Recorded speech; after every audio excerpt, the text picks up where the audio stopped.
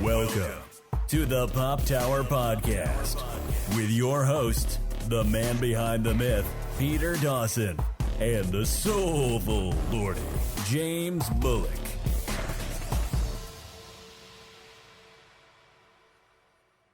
It's episode 77. I am Peter W. Dawson. And I am James Bullock. We're here to talk about games, television, and movies. So we're going to hop right into it because we got 3 legacy projects this week. I'm going to start off with Rage.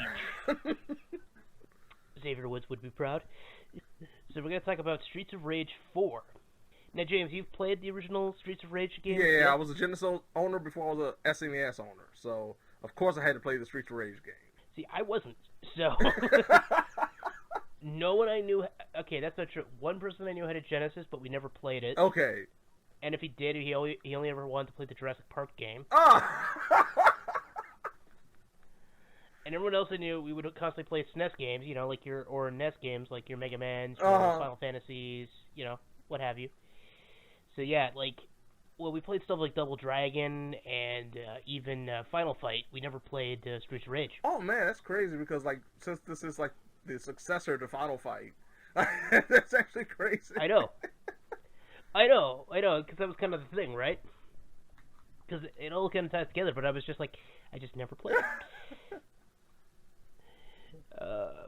So yeah, we were talking before we started recording because I wanted to double check how many, what the actual status of Streets of Rage were, and no shock, you know, considering it's a popular fighting game trilogy, it's been re-released on so many platforms.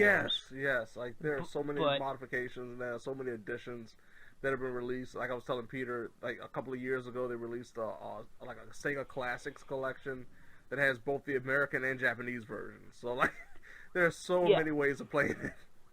Well, the platform listing has it as Sega Genesis, Game Gear, Master System, Sega CD, Arcade, Wii, GameCube, Switch, 3DS, 360, Xbox One, PS2, PS3, PS4, Microsoft Windows, Mac OS, Linux, Android, and iOS. I just have a feeling I played the Game Gear one. I just don't remember. I definitely didn't have it on Game Gear. I just got a feeling. I don't know why. But I had no idea about the Nintendo versions. That's crazy. Most of my Game Gear games sucked. Oh, man. I remember most of them. Yeah, so... But, the original trilogy was just 91 to 94, and then there was a pretty long hiatus. Yes. I just love how it's called a hiatus, but they were done. Well, they were always trying to work, on a 4th one, but, nothing ever came together and nobody cared. Because, who cared about side-scrolling beat-em-ups in the late 90s, early 2000s? Well, I know. There's been the occasional... revival of sorts. Because, one of the more iconic ones that was more of a full adventure game was River City Ransom. Yeah. And that one still has some prevalence to this day, especially with when the Scott Pilgrim game came out. Because that one very much invokes River City Ransom in particular. So, there's always been a bit of nostalgia for that. And, especially lately, because we had, what was it, River City Girls or whatever? That's right. Yeah, that's the one. Yep. Yeah, and there was another one... It was also, it's River City Underground or something like that. Oh, okay. Yeah, I just remember River City Girls. I haven't heard any other one. Yeah. Well, there's another one, too, that was in the same vein, and those are on Steam, I believe, as well as other platforms. Yeah, I know it's on Switch, too. Yeah, there you go. But, yeah, like I said, Streets of Rage, it was one of those ones, it's been ingrained in pop culture for a long time, to the point, Saints Row 4 made a reference to it. And I know people, when they talk about it, they always talk about the music. Yeah, the soundtracks are absolutely immaculate. It's a perfect blend of funk, electro, pop, especially during the late 80s, early 90s. It just feels like you were thrust back into that time. And now we have a basically nostalgia title. Yes. But I want to point out something right away. So, the art style. Oh, yeah. This is the art style we were promised for Mighty Number 9 and didn't get. Wow, I didn't even think about that. That's very true. Yeah. So, immediately predisposed, even though I haven't really. I played like the brief, like I guess it's a demo type thing. It was like a little playtest thing you could do. Yeah, like the first stage. Yeah. I don't know. For some reason, I didn't want to use the word demo. I'm in a weird mood this morning. But yeah, like so I tried that out, and I was like, okay, this the art style is probably one of the big things that strikes me about this because the gameplay feels. I imagine what the originals are like. Yeah. No, it's a little bit more fluid, a little bit more loose in certain aspects, but of course, like there are definitely 16-bit woes when it comes to it, especially when you're trying to line up your enemies and you're trying to strike them, and you might not be in the perfect alignment with them. Like you're almost parallel, but you don't think you are. But beyond that, like I said, when it comes to a feel, it definitely feels like a better fleshed out version of what they were trying to do during the Genesis days. Right. So yeah, like that's because the impression I got is they maybe could have updated more, but they were probably just trying to do more of a proof of concept with the new art style and the new features. Mm-hmm. So as a result, if you were hoping, hey, maybe they'll finally fix some of this stuff, they didn't. No, there's still like wonky hitboxes. There's still like issues with, like I said, just lining up your attack sometimes. And then there's always the issue, which once again goes back to the 16-bit era. And I just always, took that as the fact that, these were released in arcades. They wanted to make sure you're spending those quarters. So enemies can't armor through certain attacks, and on the opposite end of the spectrum, you cannot. Like those things still exist in this game. Mm-hmm. Right. So it's like, as a result, you got a game that's like a nice blast from the past. Really cool art style. Is the new soundtrack, would you say, lives up to the original? I love it. I was reading like message board responses and everything on Twitter after it released, and people were saying that it was a travesty and it was a disgrace. I actually had a lot of songs from the soundtrack that were like in my head for a few days after playing it. So I'm enjoying it. I thought it lived up to pretty much the lofty expectations from the first three. Apparently it's on vinyl. Oh yeah, I can understand why. Like I said, it's a really good soundtrack to me. I don't see why people are upset about it. I couldn't tell you. I don't know. Like this is like that thing. It's like I'm familiar with this, but I don't have a lot to say, so I'm just trying to. And like you said, you don't necessarily have like that connection to it either. So no. Unlike like with Final Fantasy VII, we were talking about that. We put a lot of hours into Final Fantasy VII. And on the opposite end of the spectrum, like I put a few hours into Streets of Rage over the course of my X amount of years. And the fact of the matter is like, just like with this game, it's not like this is an expansive type of game franchise. Like, for example, with this game, and this goes to the other Streets of Rages as well, the game is not meant to be played just once. Like, they want you to play 3, 4, 15 times if you can to unlock every character, which is, in this case, like the 16-bit renditions of every playable character from the first 3 games. And they want you to beat it on the highest difficulty. They want you to beat a stage without taking any damage, which I don't know how good you could be to do that, because that's, to me, almost impossible, but apparently it is possible. It's one of those games that, in the franchise in general, that if you weren't there necessarily, it's not something that's going to really rivet you and pull you in to the franchise. Like Streets of Rage 4, as good as it is definitely, as you said, a nostalgia trip. It's not something that I would say people that don't love side-scrolling beat-em-ups or came up during that time would play it and say, oh, this is such a great game. Right. So ultimately, it's like, if you like the originals, you're going to have a lot of fun with this, but if you're new to the series, this may not be the best way to leap into it. Right, and if you like playing something and you're expecting like, oh, the character's going to level up or learn new moves or something like that, no, it's very bare bones when it comes to that kind of gameplay style. Yeah, I can respect that though. I mean, I get the feeling if this does well, they might try to reinvent the wheel a bit more for 5. Mm-hmm. If they want to do 5, but I always get the impression when we get these sudden returns after years, and they're from smaller companies, they're usually just trying to, okay, can we do the style of the originals? maybe do some different stuff. Like in this case, the art style, of course, is probably one of the biggest changes. Yeah, like you said, it's one of those things like, this is testing the waters. If it's successful enough and gets enough critical acclaim, maybe they can get a little bit more funding, a little bit more of a budget, and be able to do more with a sequel. But it's almost like you said, you don't want to shake things up too much, because if it isn't, by doing something radically different, then you pretty much lose out on everything. Right.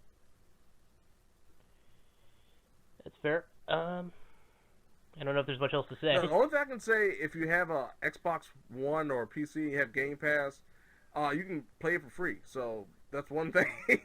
I think the physical copy is like the hardest thing about it right now. I know one company put out one that was like $120 for a physical copy, and I think they're putting out another set of physical copies soon. So if you want to wait for a physical copy, it might not be for the best. I mean, and plus the game's like really small, so it should be like a couple of gigs, so it's not that big of a download size. That doesn't sound too bad. I don't know if there's much else to say, because it's a pretty straightforward game. Yeah, no, like I said, like you said, if you enjoyed the original games, I think you'll really enjoy this.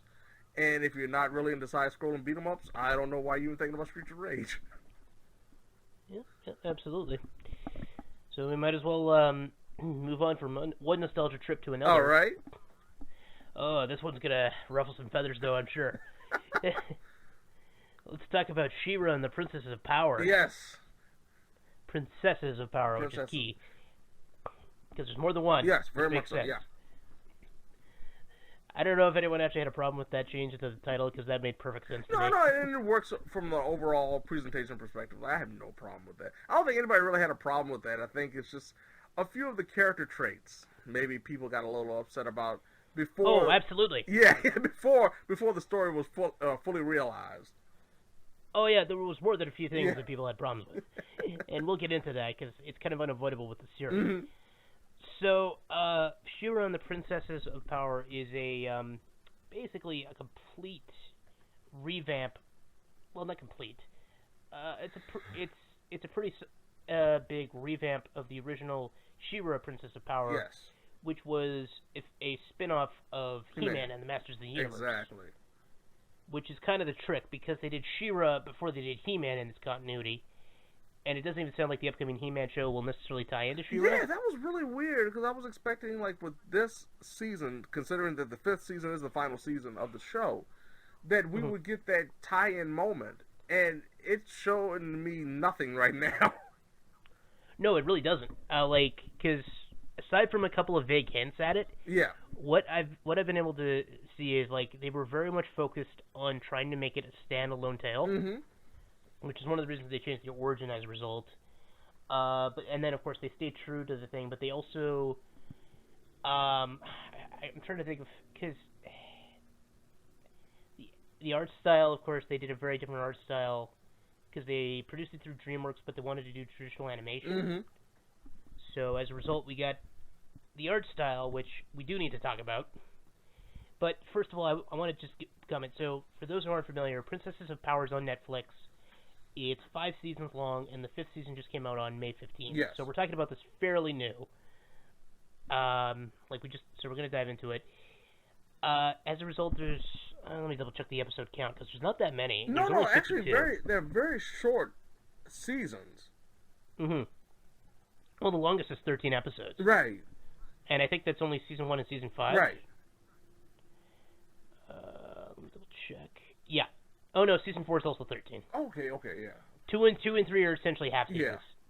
Which makes sense, given how much they were spaced apart. And the thing about it, for people that don't know, I mean, this series only premiered in 2018. So, I mean, we ran through 5 seasons in less than 2 years. Well, yeah, it reminds me of Voltron. We never talked about that, and that show came and went like 3 seasons in 3 years, but had like 6 seasons, right? Yeah. Very different art style, though.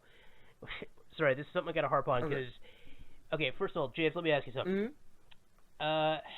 So, Canada in the 90s very much like to rebroadcast old cartoons from whenever. Okay. On our kids show. So, that's how I got exposed to... it's how I got exposed to some of the modern stuff, too. Like, they also had rebroadcast rights to, like, the 90s Spider-Man show, etc. Cool. So and that's how I first got exposed to Gundam and anime as a result, Pokemon, etc. But what's your exposure with the original She-Ra and such? It was one of those things that we had the syndicated programs that would air like late on Saturday mornings. So like we would have like the new stuff pretty much between 8 and 10 or 8 and 11. And then like pretty much from 10 to 11 or from 10 to noon or from 11 to noon, we would get the old stuff. So we would get like Looney Tunes, He-Man, G.I. Joe during those times, or we would have the early syndicated hours, like on the weekdays, between like 5 a.m. and 6 a.m. Oh. That's when you would get the old school cartoons, and then they switched over. That's where we got Sailor Moon. That was like the first thing we got. Sailor Moon was in 5:30 a.m. on a weekday morning. Interesting. And then for of course the guys like Dragon Ball Z, that didn't premiere for us until like the mid 90s, like 95, 96, and it'll be like 7 o'clock on a Saturday morning. Power of syndication. Well, yeah, in our case, it was like we'd get these in the afternoon, but they wouldn't be in like the prime slot, because like the prime slot was, I think, 4 to 6. Yeah, for us, 4 to 6 was like the court shows and the talk shows. So like 4 to 6 was like Jerry Springer and Judge Judy and People's Court. Like that was the prime hours for us during that time. And then you have a few, and like you have like another syndicated block, and then prime time. Okay. Yeah, in our case, it was like 4 to 6 is when we had Pokemon, Dragon Ball, etc. Yeah, we would have Pokemon at like 2 o'clock in the afternoon. So they were trying to like shape it around the idea of like, okay, kids are getting out of school at this time. Okay, now Pokemon comes on. Right. Fair. Yeah. No, in our case, like, this aired pretty... So I actually saw a fair bit of the original when I was a kid, although, of course, I didn't fully appreciate it. Every time I'd watch it, I'd be like, where's He-Man? Yeah, same here. That was... Because I didn't understand they were different shows. You know, I didn't understand they were different shows for a while. So, that, you know, it was a classic thing. Yeah, so, I mean, I definitely have some nostalgia for the original show, but not a lot. But, like, I kind of remember some of the details, and then I looked some of this up to reference so I could fully understand what some of the changes were. Right. So because we went from... Okay, I gotta talk about Filmation here. So, on the one hand, Filmation tried to do very realistic-looking characters to a degree. And they kind of wanted the characters to kind of emulate their action figures, even if they were still inaccurate to a degree. I can't remember. One of them was, like, really inaccurate. I forget which one. But the problem is, on the one hand, you'd have realistic-looking characters. On the other hand, they'd still have their ridiculous outfits. Yeah. I mean, we'll get to this a bit more, but I mean, okay, like, Bo went from, like, for the old art style, he was a ginger man with a weird 80s Frenchish mustache. Right! But he was, like, pure beefcake, to the new one where, he's definitely had some kind of ethnicity change. Yeah, he's definitely not the same type of, like you said, I don't know what country he would be from if this was realistic, you know? I mean, I know, like, this is the trick, because they're from, like, you know, space. But he's definitely now a darker-skinned dude. Yeah. And, he doesn't have the mustache, which I'm perfectly fine with. And, yeah. As a result, like, so it's like, okay, that's fair, though. But he's still got the heart on his armor. Which feels a bit on the nose when you find out what they did with his backstory, which we'll get to in a moment, because that's going to be part of a broader conversation, I think. Yeah. And then we got minor changes, like, with Glimmer, like, the big thing was, instead of having, like, the long flowing hair, because of course, the toys in the 80s had to have the long flowing hair so the girls could, like, comb it or whatever. Yes, exactly. In this case, they kind of gave her a kind of a weird sweeping bob, which I'll freely admit right off the bat I don't like, just because it would vary between blob, which I always thought looked ugly. Yeah, like they just threw it on the head with an ink dot. Like, just really looked bad. Yeah, like, that's kind of the problem I have with the art style more than anything. Like, I'm always going to have a problem when you go from the more realistic, if boring-looking animation to the more fluid but less realistic animation. Just because, like, I'm like, okay, I know what this is supposed to look like in a more realistic setting. You know what I mean? So this is always going to bug me. Like, I had the same problem with Thundercats, where they went from the more realistic characters Oh, yeah. to RAR, which is just like, well, this. I know they're like basically chibi characters, but this still bothers me. And I had this problem with, various other things as well. So this is hardly unique to this show. I just want to emphasize that. I'm not saying, ruin my childhood. Yeah. I'm like, I would have this problem with basically everything. Yeah. I even had this problem with frickin' Teen Titans when they did the Teen Titans Go, show. yeah, oh, yeah. Same voices, chibi characters. I'm like, this bothers me. No, this does not look right at all. No, this is an issue for me for no reasonable reason. Yeah. Well, actually, that's not true. There's a bit of a reasonable reason. No. But, yeah, so that's kind of the thing. Like, we saw these character redesigns. Of course, a lot of people hated the She-Ra redesign. A lot of other people thought it was fine. I'm going to neutral on it. I didn't like the big shoulder pads. Was actually my big thing. No, yeah, they looked very awkward. Yeah, but I did like the new Adora look, because when She-Ra goes from Adora transforms into She-Ra. Right, yeah, exactly. There's more of a hair change as a result, which I always appreciate, because like she's got like the ponytail, and it goes a little bit more into the the Clark Kent effect, or the Clark Kent effect. Oh man, I'm having a morning. So I don't know if there's any other particular art change you want to comment on. No. Like I said, there's just that blend of realism and fantasy that just doesn't pan out sometimes. Yeah, like I said, the fluidity in the animation. Like if you look at some screenshots of Glimmer, it's like her hair in particular is just a perfect example. It's like, how much effort did they put on the shot? Her hair looks like a blob. Yes. Her hair looks like actual hair now to a degree, and it actually makes a huge difference. Because it makes it look like the difference between like a slightly more realistic looking show and Steven Universe. Yeah. Which I mean, I got no problem with Steven Universe, but that is a problem. Like, when you're trying to like keep that level of realism. Yeah, it happens. But I think that's enough. So yeah, nothing else really to say about the art style. Might as well talk a bit about the plot, I guess, because there's a fair bit of it. Because this is the problem they had with the original, and they had this problem with He-Man too, because they wanted to keep it non-serialized. So there's very few episodes where major stuff happened in the originals, both in He-Man and She-Ra. Like, some stuff happened because you'd meet new characters here and there. Like, I think She-Ra had more continuity than He-Man, now that I think about it. Yeah, very much so. Because you'd introduce new members of the Rebellion, right, the new characters. Whereas He-Man, a good chunk of them were just like, oh yeah, they're our allies. Yeah, we won't see them anymore. I don't think Ram-Man ever got an origin episode. No, it just came and went. Whereas every member of the Rebellion pretty much had some kind of backstory. Had an origin episode. Yeah, Frosta had a backstory. Castaspella, there was a whole thing with her. I think Peekaboo had one. I can't even remember if Peekaboo's in this new show, actually. Oh, no, yeah, she is. Yeah. Right. But, yeah, it's more of a thing. Yes, in this case, what we get is, at its core, so for those who aren't familiar with the plot of She-Ra, essentially what happens is there's the Horde, where basically evil machine overlord types, yes, and various aliens type species led by Hordak and Hordak Prime. Oh, sorry, Horde Prime. Yeah, sorry. Yeah. Yeah, I slept up for a second there because, again, very similar names.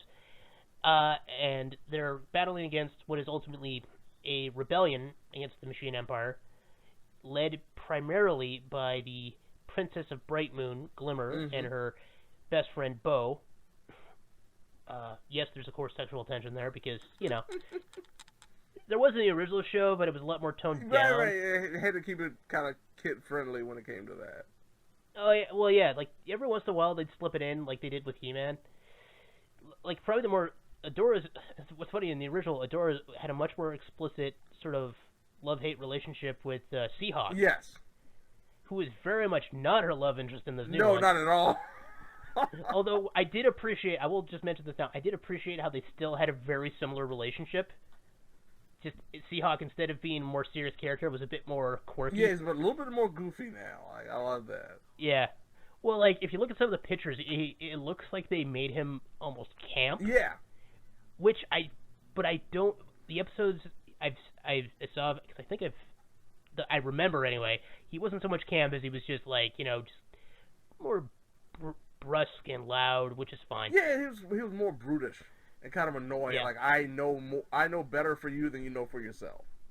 Yeah, exactly. He's very much the classic like mercenary douchebag leader who ultimately you can still roll with, but he's going to be annoying.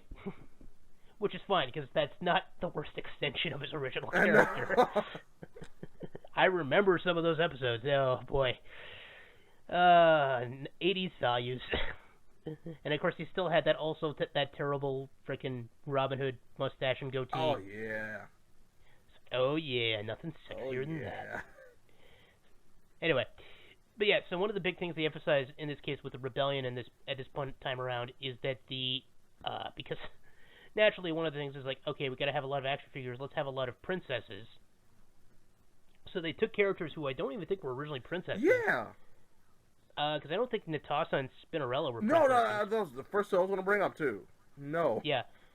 But, like, Glimmer was always one. Frost, I believe, was usually one. I can't remember if she isn't. I think she was. Yeah, I believe Frost was. Yeah, and, of course, a couple of the other ones were. So, yeah, it's like, all right, let's just make these other characters princesses and make it kind of a princess alliance, and then we'll change Princess of Power to Princesses of Power, especially because since we're kind of jettisoning a good chunk of Adora's backstory in favor of this new backstory, we got to kind of, because, they kind of skip all the fact that it's like, she's He-Man's long-lost twin sister who was kidnapped and is actually one of the princesses of Eternia. It's like, yeah, that's all gone. So... I mean, anyone who's upset about that potentially being lost, it happens. You gotta gut it out. And what they did was they really sometimes. Yeah, but I mean, thankfully, it's now the 2000s where storytelling matters more. Yeah. So as a result of a more serialized story, we get a more in-depth backstory for Adora as a member of the Horde and the friends she made along the way, which leads to one of the big plots of the entire series. So, do you want to get into probably one of the other hot button issues, James, or do you have other stuff you want to comment on? No. I know where we're going next, and to me, that's the one we need to talk about the most. Yeah. I mean, after that, we could probably talk a bit more about the action and the overall narrative. But this is it. Yeah, well, it's got its own section on Wikipedia, and for good reason. I was like, I wonder if they have it. Yes, they do.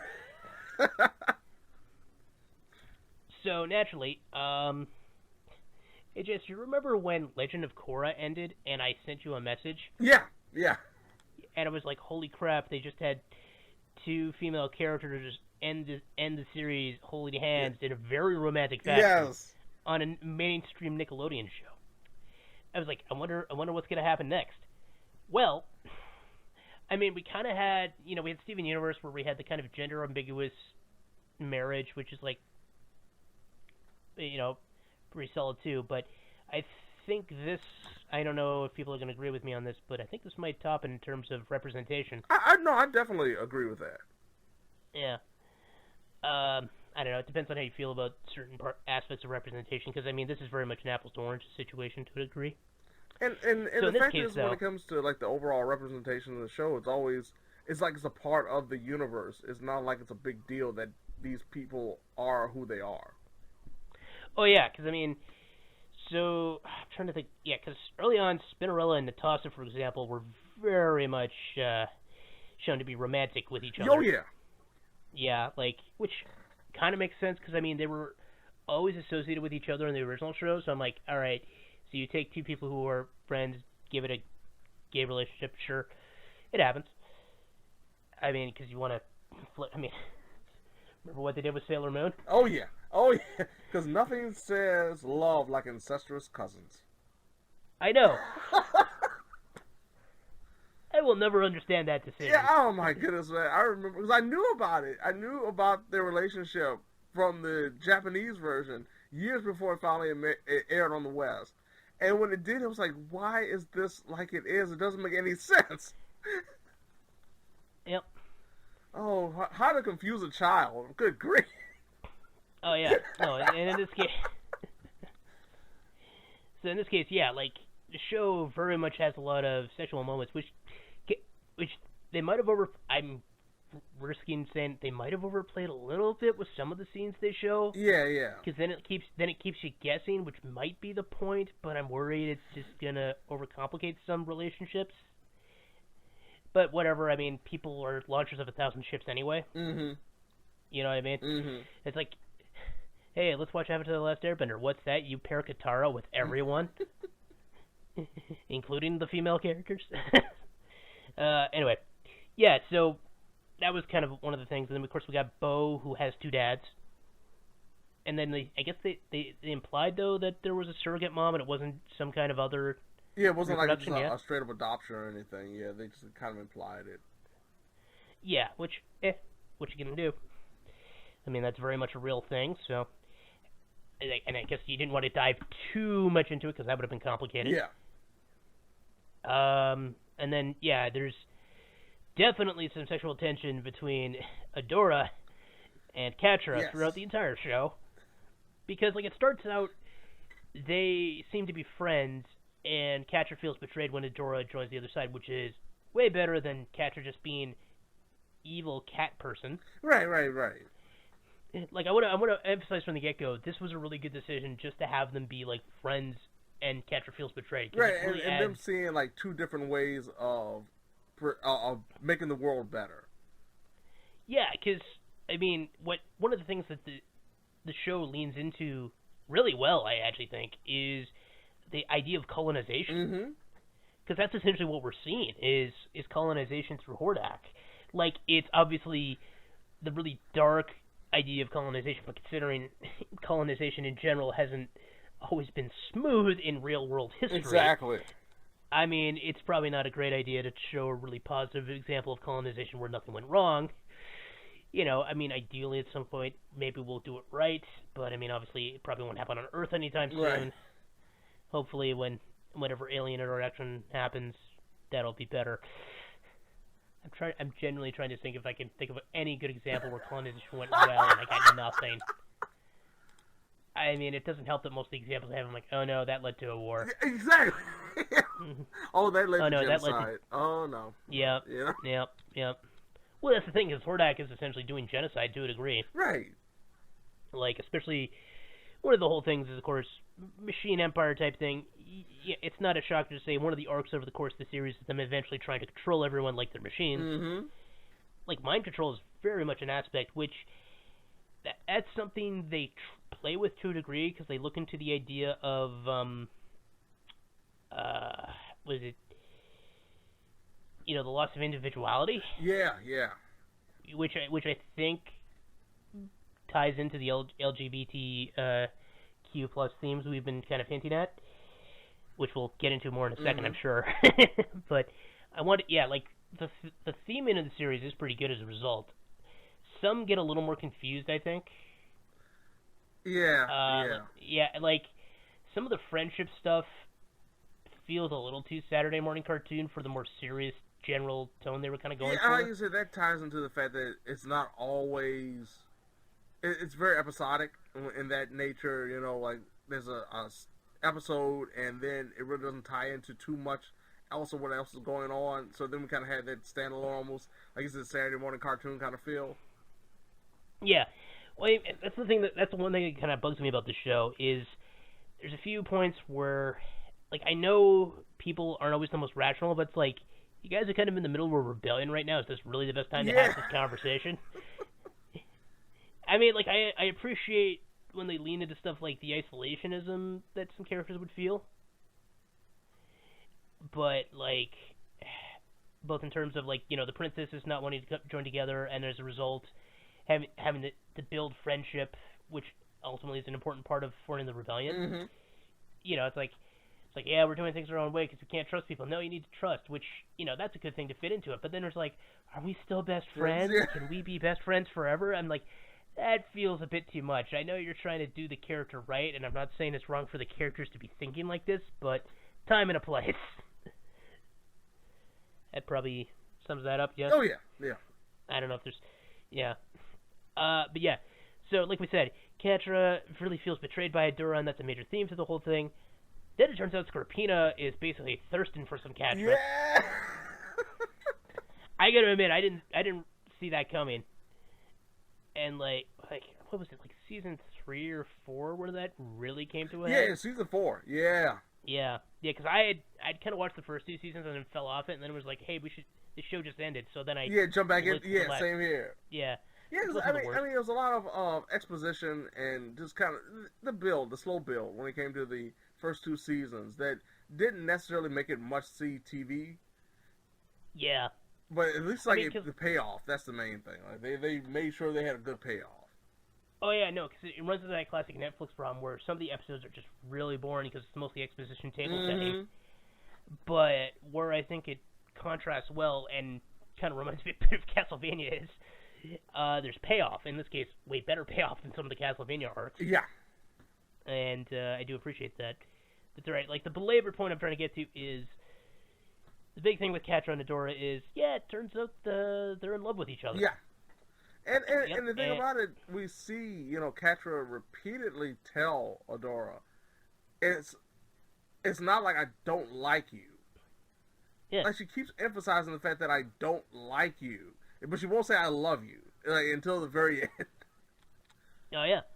I know, that's very much the thing, because, like, as a result, they give these two characters very interesting, because, I mean, like, it's the old joke. It's like, oh, the villain and the hero are, or villainess and heroine secretly love each other. Right. No, they really explore this in a realistic sense, so any potential snark you might have or eye-rolling you may potentially have over this concept is actually really well done. No, I wholeheartedly agree. It's one of those things that you understand the conflict, the inner turmoil that is going on, not just because of the fact that you love someone that doesn't necessarily have the same ideals as you, but also from the pure adulterated fact that you don't understand exactly why these feelings exist.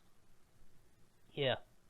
And when you finally accept them, it's a glorious moment. And I think that they did a masterful job of building to that during season 5. Absolutely, because, like, it was an undercurrent throughout most of the seasons, but, like, it's always just like, because, I mean, even as early as season 1, people were pointing out, it's like, yeah, Adora and Catra, it's like a lesbian couple that are having a fight. Yeah. Maybe they just broke up. And sure enough, season 5, oh yeah, no, that's exactly what this is. There's no subtext anymore, just text. To a degree, but like, yeah, and as a result, the two characters, they get the animated on-screen kiss together. Mm-hmm. And it's not like on the forehead or anything. No, on the lips. No, it is full blown. And yep. Like that was the thing that was shocking, is the fact they did not hold back when it came to that, and I'm glad that they didn't. Because it felt real. It felt natural. Oh, I know. Like, it was like, they weren't hamstrung. Because, like, one of the things I mentioned with Korra when I talked about it was that they had to downplay the elements. And so it's like, it's kind of like when J.K. Rowling revealed that Dumbledore was gay, and then you go back to the books and you're like, oh my god. It makes sense now. How do we... yeah, I know. It's like... It was kind of like that with Avatar when you go back and rewatch the scenes between the two... Korra, when you rewatch the scenes with Korra and I can't even think of her name now, Ultimate Girlfriend. Yeah. If you go and watch their scenes together back in, and like, oh my god, there is sexual tension here. Oh my god, they were foreshadowing this. In this case, it's like, no. It's not so subtle. You may not have picked up on it. It's no. By season 5, it's blatant. So as a result, they absolutely earn that better, and it's genuinely well. I will happily say it's one of the best relationships I've seen in animation. Mm-hmm. And I mean, I'm not just saying that because it's female on female. I'm not just saying that. I would say the same thing if it was a male on male romance. Right. I would say the same thing if it was a female. I don't even want to say traditional, conventional. And from a television perspective, it would be conventional. Yeah, from even if it was a TV conventional male and female romance. Right. I'd be perfectly fine with it. Like, it's genuinely well done in that respect. So, the fact that it happens to be two characters who are both women, cool. Yeah, and that's always, for me, like, the best way when you tell a story is the fact that it just so happens that they're this. that's not the reason why the situation is happening. It's just one of those things that, they just so happen to be two women that have fallen in love. Yeah. It's just the way it is. We should probably move on pretty quick because we've talked about the show for a while. Oh, yeah. Two quick questions. I'll ask these questions to you because I've been talking a lot about this. No. I like it. No, it's been really good. Yeah. Well, there's two things I want to specifically ask. Okay. Your thoughts on the action scenes?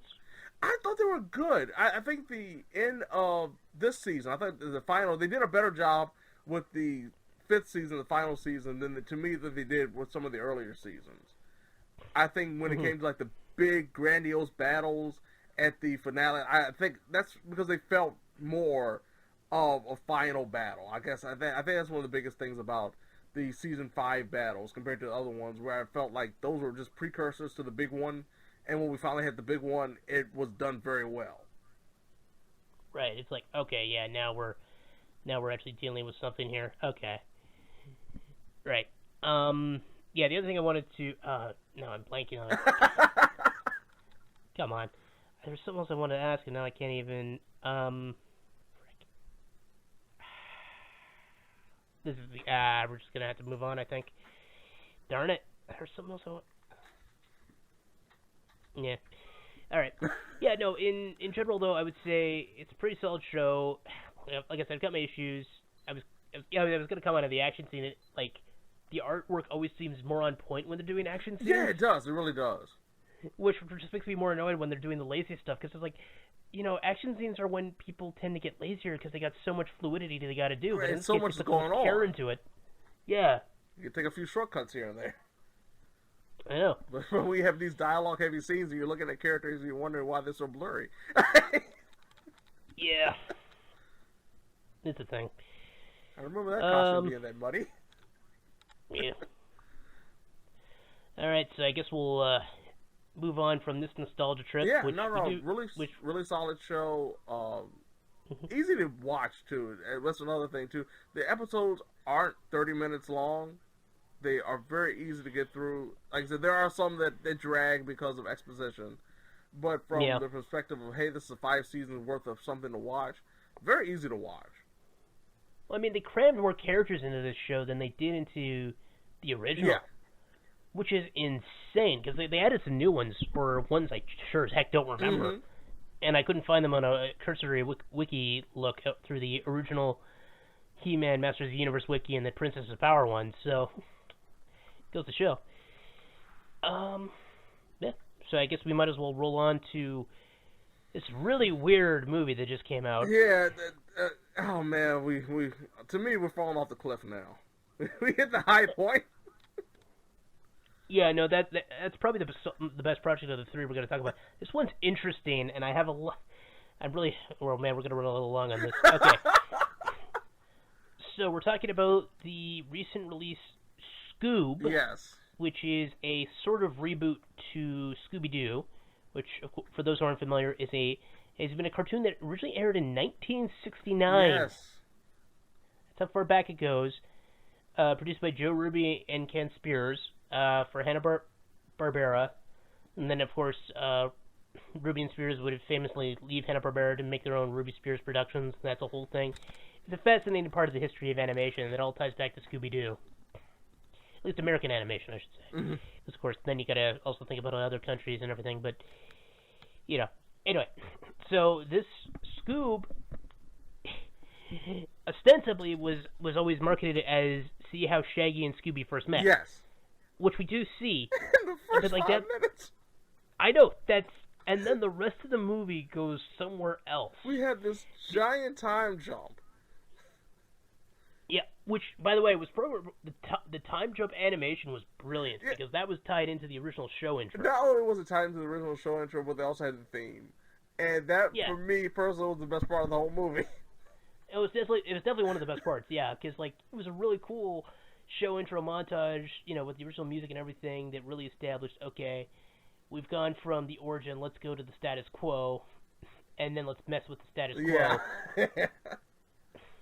Because we can spoil this part because in the first, like I said, 10-15 minutes, beyond Scoob and Shaggy meeting up and becoming friends, and pretty much Scoob getting adopted by Shaggy, is the fact that, of course, we meet the mystery team of Freddy, Velma, and we come to this situation where we had the great mystery, and Daphne figures it out, of course, that the person that we think is a ghost isn't a ghost. And we're thinking, okay, here we're getting a clue of, this is a tease of the potential of what they have when it comes to solving mysteries. It doesn't pan out like that. No. What actually happens is very different. Because very quickly, this... Okay, here's my thing that bugs me. I don't know when this script was written. Because it feels like it was written to cash in on the idea of shared universe. Yes. Because this is very much a Hanna-Barbera shared universe launching point. Yes. No question. Because, like, for those who've seen the marketing materials, you might have noticed that Blue Falcon's very much promoted in this, and he is very much a prominent part. And it's not the Blue Falcon you expect. No. But, and emphasis on but, there's more, and we'll get to that in a bit. What we need to do is we need to talk about the fact that there's this really weird, very dated, and honestly, at this point in time, very uncomfortable chronic figure in this film that really doesn't need to be there and doesn't need to be playing himself. Simon Cowell's in a lot. Not only does he and I thought it was just one of those things they're going to have, we're going to have a guest star that everyone knows is a recognizable face playing himself. He comes in early in the movie, you never see him again. No! No, he's in the whole flippin' movie. This is what makes me wonder when the heck this script was really written. Because I'm like, when was the time for this? Like I said, when was Simon Cowell at the height of his popularity? This is when the script was written. He was referenced in freaking Shrek 2. Yes. That was 2004, I think. Like, good lord, people. Ira Glass plays himself. Why couldn't Ira Glass have kept showing up? He's at least got an interesting voice. I was expecting the woman from Who Wants to Be a Millionaire, the original host, to show up at any time. I know. And then the other woman from The Weakest Link would be at the end of the movie. I just expected all of those early 2000s tropes to show back up again. This is... I appreciate the reference, by the way, but, just what the heck? Anyway, so, we might as well dive into this. Yeah, this movie then does that, which is probably the worst thing it does. And then we get one of the best and worst things they do, because you quickly realize the adult voices sound terrible. Yes. And you quickly realize it's because, for some reason, they decided to cast celebrity voices. I need to throw this out here. Why do they always feel they need to do this? No one cares if your character is voiced by a celebrity. No, not at all. Why did we need Will Forte to be Shaggy? I like Will Forte. Why is he Shaggy? Yeah. Why is Mark Wahlberg Blue Falcon? Well, I will give Mark credit. He actually did a very good job, though. I had no problem with that one. Why is Gina Rodriguez now Velma? Okay, then that's a different story. That's true. No, they did change Velma a bit. Yeah. No, that's fair. Yeah, you know what? And Jason Isaacs is Dick Dastardly. It's Jason Isaacs. We just praised him in Castlevania, so I guess we have to accept that he's a pretty good voice actor. But Zac Efron is Fred. No, that was bad. That was really bad. Yeah, and I don't have any real hate for Zac Efron. No, it's not Freddy. It just doesn't work. No, and then Amanda Seyfried as Daphne didn't entirely work either. Yeah, no. At least maybe she'd lean more into her Mean Girls voice. Yeah. But she hasn't really done that. The thing about it when it comes to Daphne is she's always had that air of arrogance about her, and they try to tone that down as the years have progressed, and now she's kind of just like the pretty girl that has no personality. Yeah. I will say though, one of the other really good. There's two other voice performances I really did like. One of them was Ken Jeong as Dyno-Mutt. I knew you were going to say that. Yes, I will wholeheartedly agree with that too. Because they really figured out how to make Dyno-Mutt hilarious in this. I know some people argue he's the best part of the movie, and I'm right there with him. Every time Dyno-Mutt was on screen, I was with it. Like, that worked. And Tracy Morgan in the role we'll get to in a shortly. Yeah. I don't know if that was the best choice, but it was definitely an inspired choice. The thing about it was very interesting because when I heard it, I was kind of, like, just taken aback by it. Like, just to me, it just didn't fit. But from a performance perspective, he still did a great job. It's just, to me, it just didn't work for what they were trying to, the character that they had him as. I know, but, like, it's like, if you see the performance, you can see how it kind of works. Mm-hmm. So I don't entirely hate it. Right? Yeah, exactly. Because, like, it's such an interesting performance, even if it isn't entirely probably what they had in the script. But, I mean, the script, like I said, really could have used a rewrite. They really didn't need Cowell in it. No, not at all. I'm really mad about that. He did nothing. Like, the stuff that he was involved in could have been done any other way. Dick Dastardly could have been the reason for all of that. They could have just made it the character secretly Dick Dastardly the whole time. That's what I'm saying, because they had a tease, and that's what they could have done. I know, but instead what happens is, at some point Shaggy and Scooby get attacked by robots. Yes. And it's not. Oh, it was secretly Old Man Henderson or Don Knotts the whole time. No, real robots, created by Dick Dastardly. Yes. Because turns out. This is where we get, oh boy. So we get Blue Falcon, who is, in fact, the son of the original Blue Falcon. Yes. But it's still the original Dyno-Mutt, because he's, like, robot. Because, of course, he's Dyno-Mutt, so he's a dog that happens to be a robot, so there you go. Yeah. And it's pretty hilarious, because one of the key things you quickly learn is this new Blue Falcon's real name is Brian, as Dyno-Mutt will repeatedly remind you. Yeah, he just wants you to understand that you're not Blue Falcon. Yeah, it's like, Brian, we've talked about this. And that's the thing that I think that kills him the most, because it's Ken Jeong, and you were expecting maybe one performance. Right. But he does, like, the more serious Dr. Ken yes. quite a bit. And it's much more appropriate for the character they wrote him as, and it's really good as a result. And then this thing gets really weird, because I guess we can get into some of the spoilers. Yeah. Basically, Dick Dastardly wants to get into the underworld. Yes. And so he needs the 3 skulls of Cerberus, which is like, okay, this is no longer a Scooby-Doo plot, which is kind of annoying because, you want to see the Scooby-Doo gang do their Scooby-Doo thing. Right, you want the gang together, most importantly. I know, and then they split up, and it's like, oh, that's also disappointing. And that's when you realize just how weak Velma, Daphne, and Freddy are as a unit, especially when it comes to the voice actors. I know, their scenes together are just horrid. Yeah, Gina Rodriguez is probably the best of the 3. Yeah, and even then, that's not saying much. Because I don't think Amanda Seyfried's had too much voice experience. Like I said, even then, she didn't have much to even say, period. Yeah, and Efron has had a lot of experience. It's just, he was horribly miscast. Yeah, he just did not fit that character. No. Because, like, the designs, it was weird because the original classic cartoon characters had their kind of classic cartoon look, more or less. Mm-hmm. And then other characters were very realistic, so as a result, it's like, okay, they just kind of look like weird, deformed people in the world of normals. Like I said, the thing about it, when they had them as kids, it actually kind of fit. But then when they turned to adults, they still look weird. I know. Because, especially even with, like, Dick Dastardly, like, they look so much like their cartoon versions. It just looks so off-putting. Especially, like, you put them beside Simon Cowell. Yeah. It was just, why? Like, honestly, I could just say, hey, this movie sucks. Why? Simon Cowell. Yeah. Moving on. Yeah, but, like, so, like I said, like, as a result, this is a big crossover with Blue Falcon as a result, which kind of opens up the Wacky Races universe. Yeah. Right? And you're like, what else could happen? Then Captain Caveman shows up. Which is really...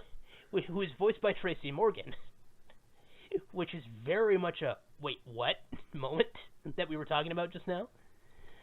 Yeah, and like the whole thing goes, Dick Dastardly wants to get into the underworld, and I don't want to spoil his reason why. Yeah.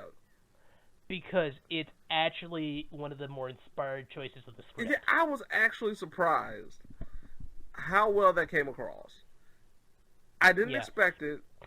I really didn't even think about it when it was happening, because one of the characters that is key connected to the story is missing, and I didn't even think twice about it until the explanation. It did such a wonderful job with that, and I love the remorse. I will spoil that part. I love the remorse in Dick Dastardly when he tries to put his plan together. Oh, I know. Like, that's kind of one of the inspired things, because, like, they lean into the original camp elements, but they had just a little bit of depth. And that little bit of depth, for the most part, is actually pretty good. Yeah. Like, that, if there's anything, it's like, it's a really kind of annoying script with some really bad voice acting choices and a really stupid circular plot with the whole, they're going into business with Simon Cowell as their investor. Like, I cannot stress enough. Like, it sounds like I'm bringing it up a lot, and again, the movie brings it up a lot. Yeah, no, I mean, if he was just in that opening, that scene, after we get past the opening credits, when we get past the theme song, and that was the only scene that he was featured in, I wouldn't think twice about it. No, I would probably have shut up about it by now.